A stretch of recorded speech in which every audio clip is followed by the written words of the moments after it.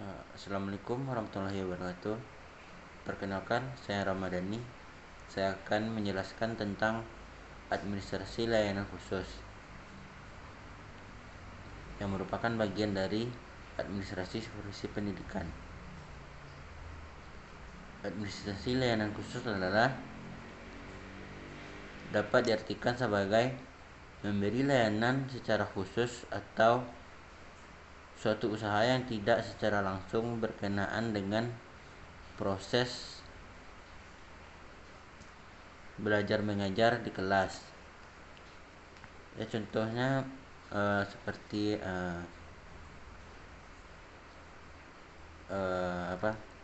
terdapatnya UKS ataupun perpustakaan, asrama, tempat ibadah, kafetaria, dan lain-lain. Nanti akan saya jelaskan beberapa dan jenis-jenis dari layanannya ini adalah perpustakaan.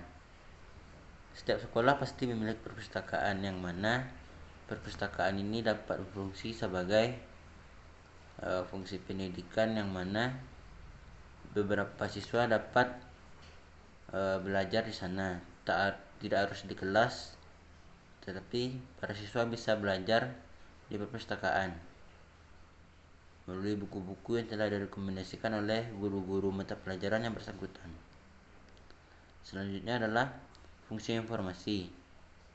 Di perpustakaan, siswa atau peserta didik dapat menemukan informasi-informasi yang mereka inginkan sesuai dengan buku-buku yang mereka butuhkan. Selanjutnya adalah fungsi rekreasi. Tak hanya sebagai fungsi yang dapat berhubungan dengan pendidikan dan juga memberikan informasi, perpustakaan juga bisa berfungsi sebagai fungsi rekreasi, karena di perpustakaan kita tak harus belajar, tapi juga bisa refreshing dengan membaca buku-buku yang tidak berhubungan dengan pendidikan, seperti buku-buku novel, buku cerita, dan lain-lain. Selanjutnya adalah fungsi penelitian. Fungsi ini adalah ya seperti fungsi informasi tadi, tapi ini lebih kepada hal-hal yang bersifat penelitian, seperti seorang mahasiswa yang tengah menyusun skripsi, dia butuh referensi untuk penunjang dari penelitian. Jadi dia butuh sumber-sumber yang mendukung untuk penyusunan tugas akhir dia. Jadi perpustakaan juga berfungsi sebagai fungsi penelitian. Selanjutnya adalah fungsi penyaluran hobi. Perpustakaan bisa menjadi penyaluran hobi karena bisa menyalurkan hobi-hobi peserta didik yang hobi membaca ataupun menulis, karena di sanalah memang tempat mereka untuk menyalurkan hobi mereka. Bisa menemukan sumber-sumber yang bagus, ataupun sumber-sumber yang direkomendasikan, ataupun sumber-sumber yang belum mereka miliki ataupun belum bisa mereka miliki. Mereka bisa menemukannya di perpustakaan. Jadi tanpa mereka memilih buku pun mereka bisa menyalurkan hobi mereka membaca ataupun menulis. Selanjutnya adalah fungsi penanaman rasa tanggung jawab. Ini adalah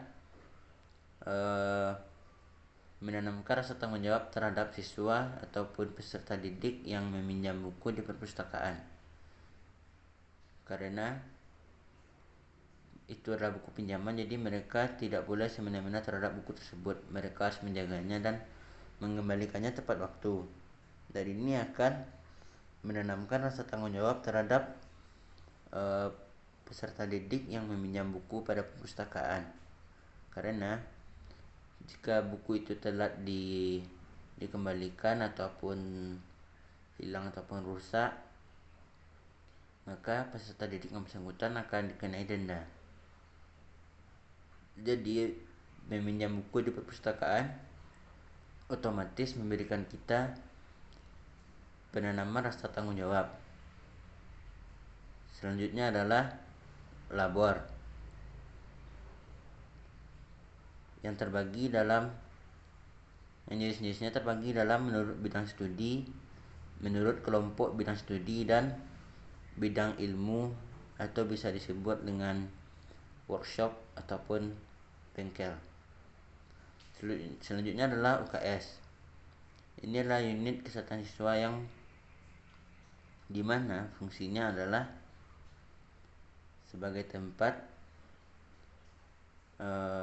penampungan siswa, sebagai tempat yang berhubungan dengan kesehatan.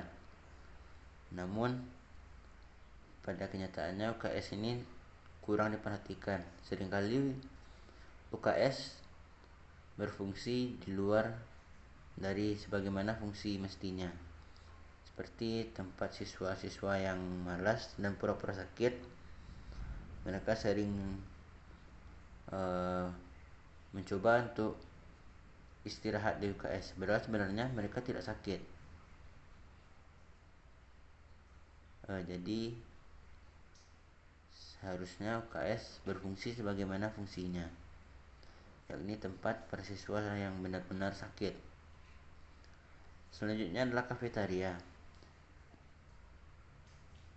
Selanjutnya sarana ibadah. Sarana ibadah adalah sarana yang disediakan oleh sekolah untuk menunjang kerohanian siswa-siswa atau peserta didik agar tetap terlaksana dengan baik walaupun mereka tidak di rumah. Dan sebenarnya ibadah itu adalah wajib, jadi sarana ibadah ini harus ada pada setiap lembaga kependidikan. Selanjutnya adalah asrama, dan terakhir adalah